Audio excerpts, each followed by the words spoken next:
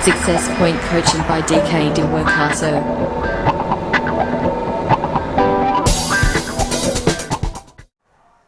नमस्कार, मैं डीके दिवाकर। आप सभी को फिर से स्वागत है। तो चलिए आइए हम लोग आज फिर से एक नए उत्साह और उमंग के साथ एक नया टॉपिक अध्ययन करेंगे और उस टॉपिक का नाम है अंतर्वृत्त एवं बाह्यवृत्त, यानी कि अंतर्वृत्त एवं बाह्यवृत्त से संबंधित जो भी एक्सप्रेशन है उसको देखेंगे।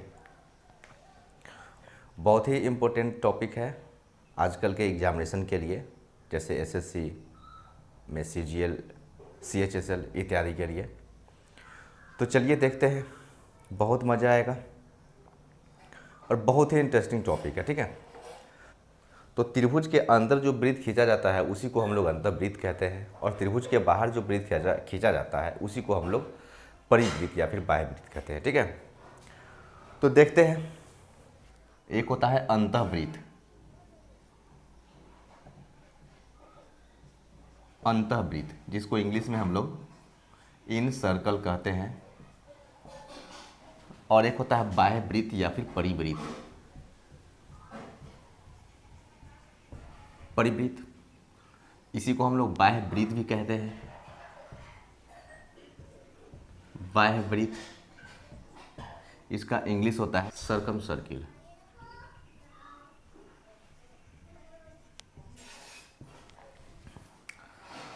तो पहले हम लोग देखते हैं कि ये दोनों होता क्या है।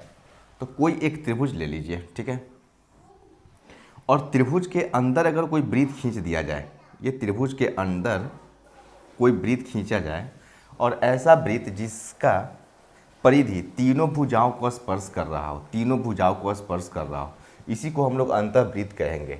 यानी कि अंतर्वृत्त का मतलब वही होता है कि एक ऐसा वृत्त जो तीनों भुजाओं को स्पर्श करे, इसे हम लोग अंतर्वृत्त कहेंगे। ठीक है, और एक ऐसा त्रिभुज जो त्रिभुज के बाहर एक वृत्त खींचा जाए, ठीक है, ये त्रिभुज के बाहर वृत्त है, ठीक है, और ये त्रिभुज के तीनों शीर्ष वृत्त को छू रहा है, इसी को हम लोग बाह्यवृत्त कहेंगे। ठीक है, तो ये हो गया अंतर्वृत्त और ये हो गया बाह्यवृत्त। अब हम लोग देखते हैं कि अगर अंतर्वृत्त खींचा जाएगा तो फिर वृत्त का त्रिज्या कैसे निकालेंगे, या फिर बाह्यवृत्त खींचा जाए तो फिर वृत्त का त्रिज्या कैसे निकालेंगे, और फिर जब त्रिज्या निकलेगा तब जाके उसका क्षेत्रफल निकलेगा। ठीक है, तो अब देखते हैं बारी बारी से। ठीक है, समबाहु त्रिभुज में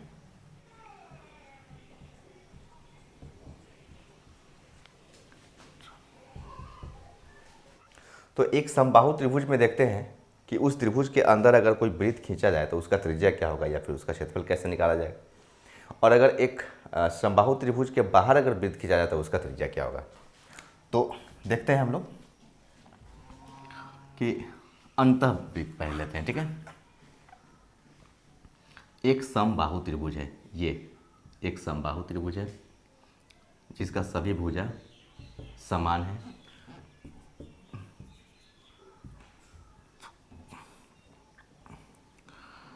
और इसके अंदर एक वृत्त खींचा जाए, ये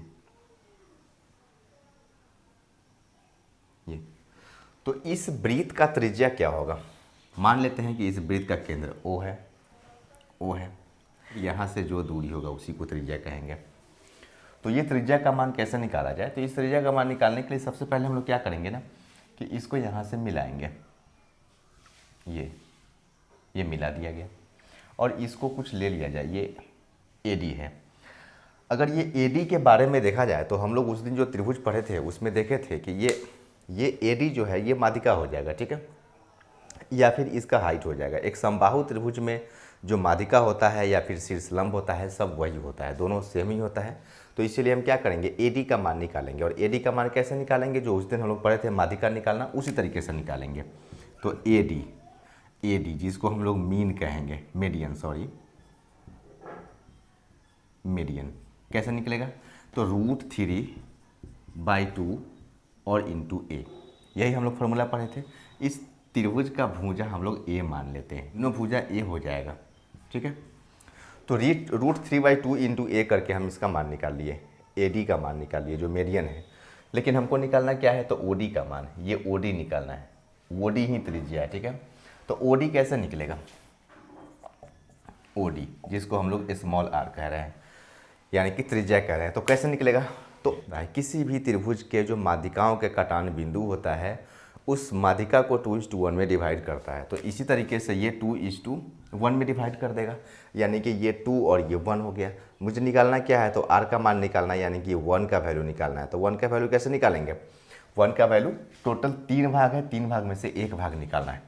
तो पहले तो ये टोटल कितना है, √3/2, √3/2 इंटू ए, लेकिन निकालना क्या है, तो 1 का वैल्यू निकालना है। तो क्या निकालेंगे, 1/3 लिखेंगे, ठीक है। अब इसे काट दिया जाए, ये √3 बार में कैंसिल हो जाएगा, तो क्या लिखेंगे, 1/a/2√3। ये किसका वैल्यू आया, तो ये स्मॉल आर का मान आ गया। यानी कि किसी भी समबाहु त्रिभुज के अंदर अगर वृत्त खींचा जाए तो उस वृत्त की त्रिज्या क्या होगी, तो उस वृत्त की त्रिज्या a/2√3 होगा। एकदम इसे याद ही रखिए, ठीक है। कभी क्वेश्चन अगर पूछा जाए तो आप डायरेक्ट इसे a/2√3 वैल्यू रखिए और जल्दी से इसका मान निकाल दीजिए, ठीक है। अब हम लोग देखेंगे कि इस त्रिभुज के बाहर अगर कोई वृत्त खींचा जाए तो उस वृत्त का त्रिज्या क्या होगा, ठीक है।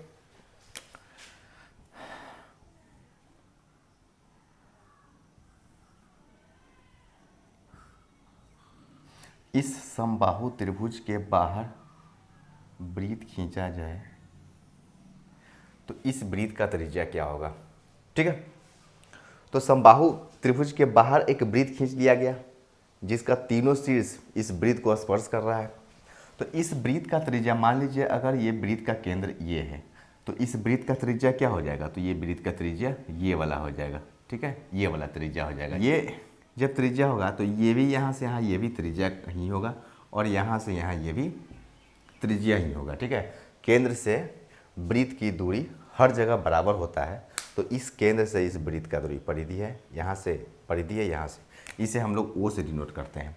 अब फिर हमें इस त्रिज्या का मान निकालना है, तो हम लोग फिर से त्रिभुज ABC लिख लेंगे।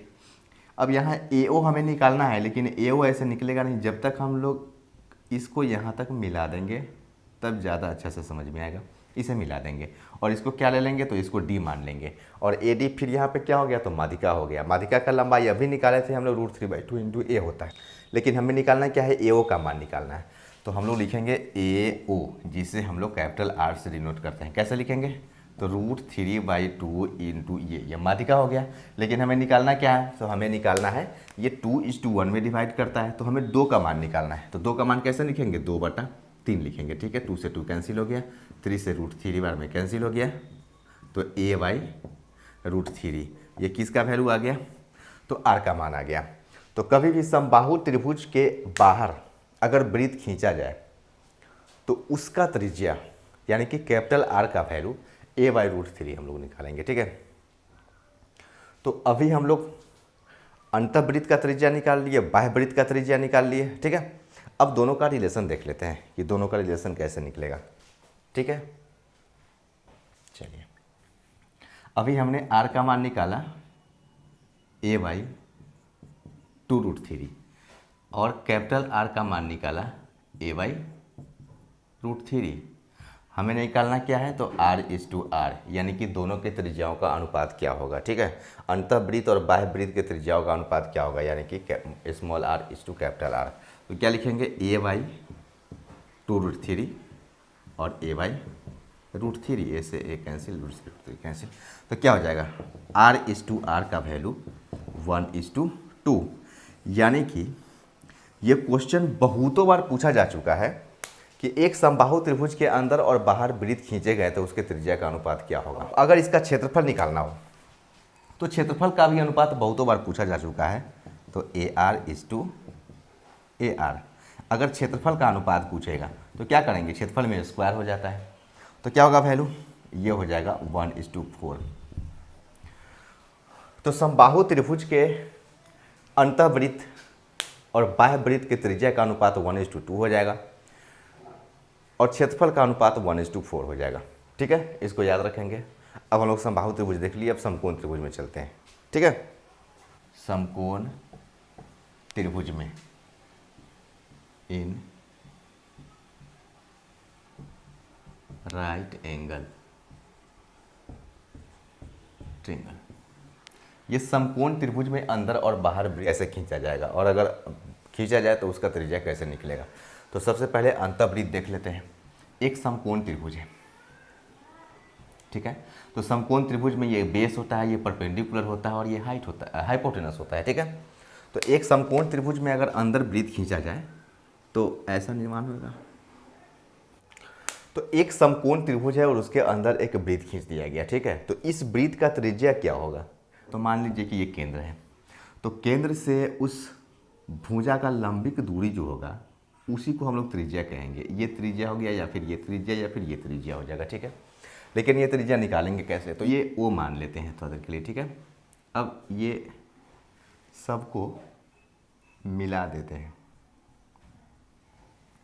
समझने का कोशिश करेंगे। अगर समझ जाएंगे तो ये कभी नहीं भूल पाइएगा, ठीक है। और गारंटी है कि आप इससे एक भी क्वेश्चन नहीं छोड़ के आएंगे, ठीक। तो अगर ये त्रिभुज है समकोण त्रिभुज, ठीक है, और ये केंद्र है ओ, तो हम लोग अब क्या करेंगे ना, एक चीज़ जरा सा देखेंगे कि इस त्रिभुज का क्षेत्रफल, मतलब ये त्रिभुज को 3 पार्ट में हम लोग बांट दिए। ये त्रिभुज BOC, फिर COA और फिर AOB, ये 3 त्रिभुज दिख रहा है। और तीनों त्रिभुज को अगर जोड़ दिया जाए तो एक बड़ा त्रिभुज निर्माण हो सकता है, ठीक है। तो हम लोग क्या लिखेंगे कि तीनों त्रिभुज का क्षेत्रफल अलग अलग से निकाल लेंगे। जैसे area of triangle AOB plus triangle BOC plus triangle AOC। अगर तीनों त्रिभुज का अगर क्षेत्रफल को जोड़ दिया जाए तो बड़ा वाला त्रिभुज का क्षेत्रफल मिल जाएगा। तो क्या निकलेगा, एरिया ऑफ ट्राइंगल ABC, ये हम लोग लिख सकते हैं। चलिए ठीक है, तो अब निकालते हैं AOB। अगर ये त्रिभुज लेते हैं तो इस त्रिभुज का क्षेत्रफल क्या होगा। अगर ये बेस लेते हैं तो ये वाला हाइट हो जाएगा R, तो हम लोग लिखेंगे ना हाफ और इनटू बेस। अगर हम P लेते हैं तो हाइट R हो जाएगा। फिर उसी तरीके से अगर BOC त्रिभुज लेते हैं तो बेस अगर B होगा तो हाइट फिर R हो जाएगा। फिर उसी तरीके से अगर इस त्रिभुज में बेस अगर H लेंगे तो हाइट फिर R हो जाएगा। और तब जाके ये तीनों को जोड़ देंगे तो एक बड़ा त्रिभुज का क्षेत्रफल मिल जाएगा। तो वो बड़ा त्रिभुज का क्षेत्रफल क्या है, तो बड़ा त्रिभुज का क्षेत्रफल है हाफ और इंटू P और इंटू B, यानी कि बेस इंटू परपेंडिकुलर, ठीक। तो क्या करेंगे, हाफ हाफ हाफ कैंसिल हो जाएगा, ठीक है, कैंसिल हो गया। तो फिर R अगर हम लोग यहाँ से कॉमन ले लें तो R हो जाएगा P plus B plus H is equal to P गुना B। तो R का मान हो जाएगा P into B by P plus B plus H। ये त्रिज्या निकालने का तरीका हो गया। किसी भी समकोण त्रिभुज का अगर अंतः वृत्त का त्रिज्या अगर निकालने के लिए बोला जाए तो आधार गुणे लंब बटा तीनों भुजाओं का योगफल, यही समकोण त्रिभुज के अंतःवृत्त का त्रिज्या निकल जाएगा, ठीक है। तो एक समकोण त्रिभुज में अंतःवृत्त का त्रिज्या निकालने का तरीका P into B by P plus B plus H, ठीक है, बहुत आसान है। बस दो भुजाओं को, ये परपेंडिकुलर और बेस को गुना कर देंगे और फिर तीनों भुजाओं को जोड़ से फिर भाग कर देंगे। यही समकोण त्रिभुज का अंतःवृत्त का त्रिज्या निकाला जा सकता है इसी तरीके से, ठीक। चलिए अब आगे देखते हैं कि अगर बाह्य वृत्त खींचा जाए तो उसका त्रिज्या क्या निकलेगा। एक समकोण त्रिभुज है ये, और इसके बाहर एक वृत्त खींचना है। एक समकोण त्रिभुज है, उसके बाहर एक वृत्त खींचा जा रहा है, ठीक है। तो इस वृत्त का त्रिज्या क्या होगा, तो इस वृत्त का त्रिज्या बहुत आसान है निकालना। अगर कोई समकोण त्रिभुज है ABC और इसका ये बेस है और ये परपेंडिकुलर है और ये हाइपोटेनस है, तो इसका त्रिज्या निकालने के लिए हम लोग एकदम याद रखेंगे कि ये जो हाइपोटेनस होता है उसका आधा होता है, यानी कि इसका मान कैपिटल R हो जाएगा। तो R का मान हम लोग कैसे निकालेंगे, बहुत आसान है, बस हाइपोटेनस को आधा कर देंगे, यही उस समकोण त्रिभुज का त्रिज्या निकल जाएगा, ठीक है।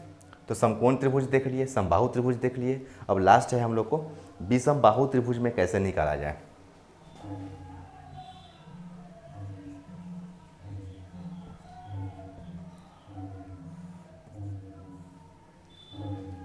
विषम बाहु त्रिभुज में, ठीक है, इन अ स्केलेन ट्रायंगल।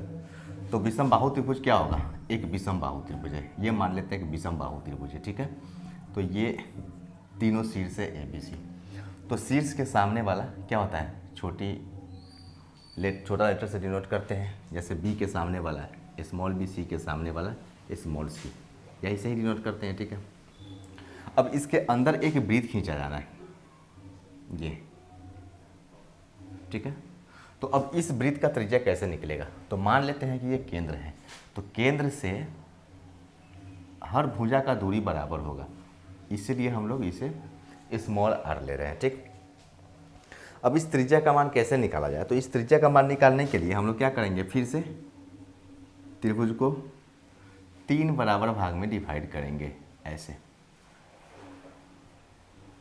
ठीक है। इसे केंद्र O ले लेते हैं। तो फिर से ये त्रिभुज BOC, फिर AOC और AOB, ये तीनों त्रिभुज को अगर बारी बारी से जोड़ दिया जाए तो फिर पूरा त्रिभुज का क्षेत्रफल निकल जाएगा। तो हम लोग लिखेंगे ना, फिर से area of triangle AOB plus triangle BOC plus triangle AOC is equal to area of triangle ABC, ठीक है। तो अब फिर निकालेंगे कैसे, तो अगर ये त्रिभुज निकाला जाए तो इसका अगर ये बेस होगा तो ये हाइट होगा, इस त्रिभुज में अगर ये A बेस है तो फिर R हाइट है, इस त्रिभुज में अगर B बेस है तो फिर R हाइट है। तो हम लोग निकालेंगे कैसे, half into C into R, फिर half into A into R, फिर हाफ और इंटू B इंटू R, मतलब तीनों त्रिभुज का क्षेत्रफल बारी बारी से निकाल लिए। तो अब बड़ा त्रिभुज का क्षेत्रफल क्या होगा, तो बड़ा त्रिभुज तो ये विषमबाहु त्रिभुज है, विषमबाहु त्रिभुज का क्षेत्रफल निकालने के लिए हम लोग हीरोन्स फार्मूला का अप्लाई करते हैं। तो क्या लिखेंगे यहाँ पे, हीरोन्स फार्मूला से S into S minus A, S minus B और S माइनस C का रूट अंदर, ठीक है, ये नहीं जानते हैं। तो क्या लिखेंगे यहाँ पे, हाफ और R कॉमन ले लें तो लिखेंगे R/2 A plus B plus C is equal to इतना लिखा जा सकता है कि A plus B plus C/2 को हम लोग SC तो लिखते हैं, S का मान क्या होता है, तो S का वैल्यू होता है A plus B plus C/2, यानी कि A plus B plus C/2 को ही हम लोग S लिख सकते हैं, तो इसे S लिख सकते हैं। तो लिखेंगे SR is equal to S minus A, S minus B और S माइनस C का रूट अंडर। इस S से S को काट देंगे या फिर R का मान निकालेंगे, S minus A, S minus B और S माइनस C बटा S का रूट अंडर, ठीक है। ये S से ये रूट S है और ये S है, तो ये रूट S से S रूट S बार में कट जाएगा, तो फिर ये रूट S आ जाएगा, रूट S आकर नीचे आ जाएगा, तो पूरा होल का रूट हो जाएगा। तो कभी भी विषम बाहु त्रिभुज के अंतःवृत्त का अगर त्रिज्या निकालना हो तो क्या लिखेंगे, S minus A, S minus B, S minus C by S का रूट अंडर करके हम लोग अंतःवृत्त का त्रिज्या निकाल लेंगे, ठीक है। बहुत आसान है। अब कभी भी हम लोग को इससे संबंधित कोई क्वेश्चन पूछा जाए तो इस चीज़ को हम लोग याद रखेंगे और एकदम आसानी से निकालने का कोशिश करेंगे, ठीक है। एकदम ईजी है। बहुतों बार इस सबसे क्वेश्चन CGL में, SSC, CHSL में पूछा गया है, ठीक है। तो अगर ये सब चीज़ को याद रखते हैं तो बहुत ईजिली 2 से 3 सेकेंड, 5 सेकेंड मैक्सिमम हो गया ये सब क्वेश्चन का आंसर देना, ठीक है। और अगर याद नहीं रखते हैं तो यही क्वेश्चन बनाने में आपको 30 सेकेंड, 35 मिनट या फिर 1 मिनट का समय लग जाएगा, ठीक है। तो टाइम बचाने के लिए सबसे अच्छा तरीका है कि आप इसको एकदम याद रखें, ठीक। तो ये था हम लोग का त्रिभुज यानी कि अंतःवृत्त और बाह्यवृत्त से संबंधित। अब हम लोग एक और चीज़ देख लेते हैं चक्रीय चतुर्भुज के बारे में, उसका क्षेत्रफल कैसे निकलेगा। तो इसे मिटा दिया जाए, ठीक। तो चलिए अब देखते हैं कि चक्रीय चतुर्भुज अगर दिया जाए और चक्रीय चतुर्भुज का अगर क्षेत्रफल निकालने के लिए पूछा जाए तो फिर कैसे निकालेंगे हम उसका क्षेत्रफल, ज़रा उसको भी देख लेते हैं, ठीक। तो चक्रीय चतुर्भुज हम लोग लिखेंगे साइक्लिक क्वाड्रिलेटरल। कैसा होता है साइक्लिक क्वाड्रिलेटरल, पहले उसको देखिए।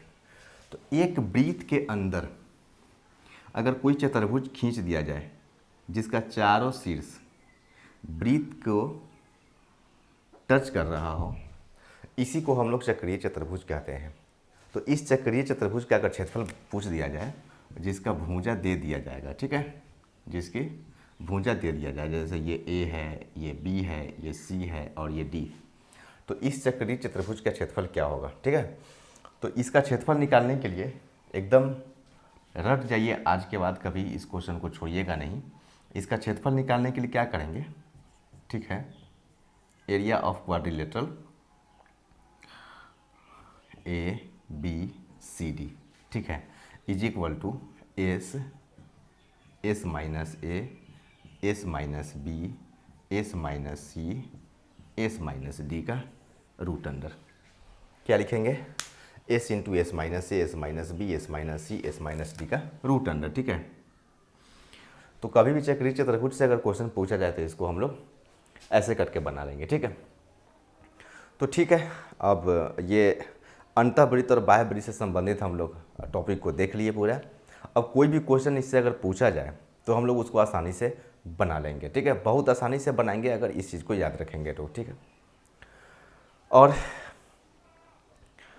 बहुत सारे स्टूडेंट फ़ोन करके पूछते हैं कि सर क्लास कब से ओपन हो रहा है। तो मैं आप सभी को बता दूं कि जब तक सरकार का कोई आदेश ना आ जाए इंस्टीट्यूशन खोलने का, कोई शैक्षणिक संस्थान या फिर स्कूल कॉलेज ये सब खोलने का, तब तक नहीं खोला जाएगा, ठीक है। तो आप लोग बस न्यूज़ को देखते रहें और जैसे ही सरकार आदेश दे देती है कि स्कूल कॉलेज या फिर शैक्षणिक संस्थान को खोल दिया जाए, उसी के कल होके आपका भी कोचिंग खोल दिया जाएगा, ठीक है। तो आप उस चीज़ का प्रतीक्षा करें, इंतज़ार करें, ठीक है। और जैसे ही कोचिंग संस्थान खुले आप लोग आना स्टार्ट कर देंगे। ऑफलाइन क्लास कोचिंग खुलेगा, उसके बाद ऑफलाइन क्लास स्टार्ट कर दिया जाएगा। और जब ऑफलाइन क्लास स्टार्ट होगा तो फिर सब कुछ उसमें ये सब चीज़ पढ़ाया जाएगा। आप लोग ये कभी न मत सोचेंगे कि ये सब चीज़ ऑनलाइन पढ़ा दिया गया या फिर यूट्यूब में डाल दिया गया तो ये सब चीज़ क्लास में नहीं होगा, ऐसा नहीं है। ये आप लोग को इसलिए बताया जा रहा है कि आप लोग घर पे रह के कुछ प्रैक्टिस करें, मतलब टाइम आपका बर्बाद ना हो, ठीक है। अभी सामने बहुत सारा वैकेंसी आ रहा है, बिहार सरकार का भी वैकेंसी, बिहार पुलिस का वैकेंसी दे दिया, बहुत सारे बच्चे का रिजल्ट भी आया है, ठीक है। और तो वैकेंसी दे दिया है, जो लोग एलिजिबल है उसको फॉर्म अप्लाई कर देंगे और उसको फिर से मेहनत करेंगे, फिर से आप लोग रिजल्ट लेंगे, ठीक है। और भी सारे वैकेंसी आ रहा है, एसएससी एग्ज़ाम लेने जा रही है ना, वो सब का जो ये कैलेंडर होता है उसको जारी कर दिया है। तो आप लोग पढ़ना स्टार्ट कर दीजिए। लॉकडाउन है तो सिर्फ बाहर लॉकडाउन है, आप लोग के घर में लॉकडाउन नहीं है, घर में आप पढ़ाई कर सकते हैं, उसके लिए आप निफ़िक्र रहिए, ठीक है। तो बस यूट्यूब पे पढ़ते रहिए। और आप लोग से एक रिक्वेस्ट है कि आप लोग थोड़ा सा सपोर्ट करें हमें, और जैसे मैं वीडियो अगर बना रहा हूँ तो अगर अच्छा लग रहा है आपको और चाह रहे हैं कि हाँ फ्यूचर में भी अगर ऐसे मिलता रहे आपको रेगुलर, तो थोड़ा सा शेयर करें वीडियो को, सबको बताइए। जितना ज़्यादा शेयर होगा उतना हमको अच्छा लगेगा, जितना से जितना व्यू होगा उतना मुझे अच्छा लगेगा। सब लोग देखिए, सब लोग इसका आनंद लीजिए, ठीक है। यही आप लोग से गुजारिश है हमारी, ठीक है। तो फिर मिलते हैं हम लोग नेक्स्ट वीडियो में।